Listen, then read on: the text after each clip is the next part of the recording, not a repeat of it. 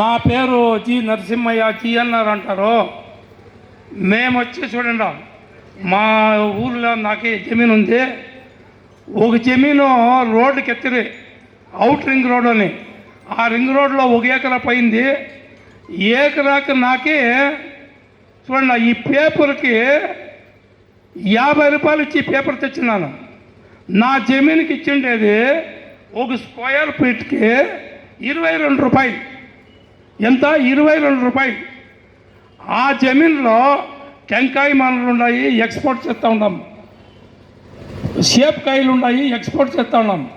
అట్లా భూమికి నాకే 22 రూపాయలు స్క్వేర్ ఫీట్కి ఇచ్చినారు. మేము తీసుకోలే, ఇంకా తీసుకోకుండా ఉంటే అదే సమయంలో తిరుగా ఈదికి ఒక 1/2 కిలోమీటరు, ఈదికి ఒక 1/2 కిలోమీటరు. ఏమిటికేనో ఏమో పేరు నాకు తెలియదు. నాలెడ్జ్ కారిడారా, నాలెడ్జ్ కారిడారు అంటారు. మా ఇంట్లో 2 ఉన్నారు. ఒకడు బిఏబిఎల్ వకీలు అన్నాడు, ఒకడు ఇంజనీర్. 2 వ్యవసాయమే చేస్తూ ఉన్నారు. వ్యవసాయమే ఉన్నాయని 2 వ్యవసాయానికి వేసినారు. వాళ్ళు కోకోనట్ మలేషియాకి ఎక్స్పోర్ట్ చేస్తూ ఉంటారు. ఇప్పుడు ఎళ్ళనీరు, ఆ ఎళ్ళనీరు తిని ఎందరో పేషెంట్లు బతుకుతూ ఉంటారు. అట్లా భూమికి నాకు 22 రూపాయలు ఇచ్చినారు.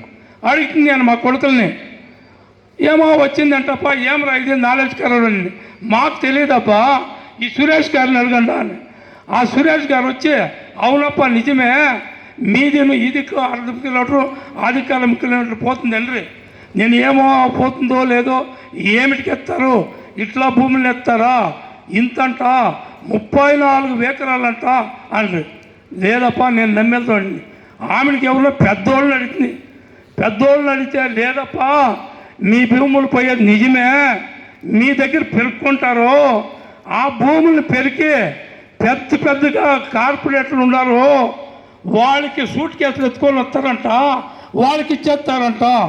మేము కాకలను కొట్టేది వాళ్ళకి గద్దలకి వేస్తారంట, కాకలు కొట్టేది గద్దలకి వేసేది. అది ఎవరప్ప తెచ్చిందంటే మన స్టాలిన్ గారు ఉన్నారు కదా, సీఎం గారు, వాళ్ళు అప్పుడు ఒక నాలెడ్జ్ కార్యాలయాన్ని అనౌన్స్ చేసిరు. ఆ నాలెడ్జ్ కార్యాలయం ఏమంటే, ఈ కరోనా వచ్చే చూడు, మనకి కరోనా వచ్చింటే, కరోనా వచ్చిన వాళ్ళని బిడ్డలు పాపలు అందరూ ఎవరుంటే వాళ్ళంతా పోయిసారు. అదే మాదిరిగా కరోనా తెచ్చి వాళ్ళ విషయంలో ఈడ భూములు, ఇండ్లు, గొర్రెలు, గొడ్లు, ఆవులు, గొర్రెలు, దాంట్లో ఉండే మనుషులంతా క్లోజ్.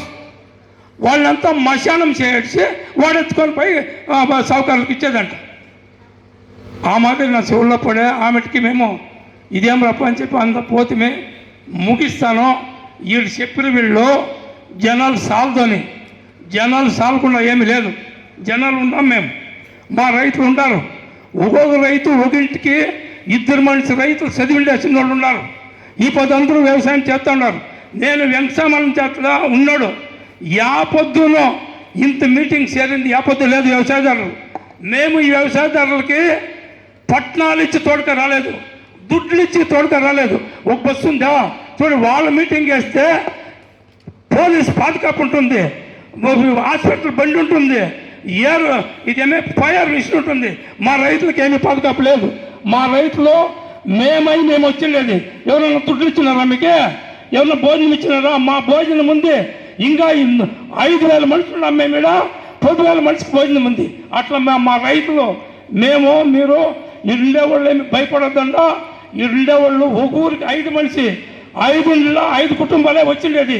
మేమందరూ పొట్టుగా వస్తే మీకు 50,000 మనిషి ఈ పరముగా వస్తాం మేము.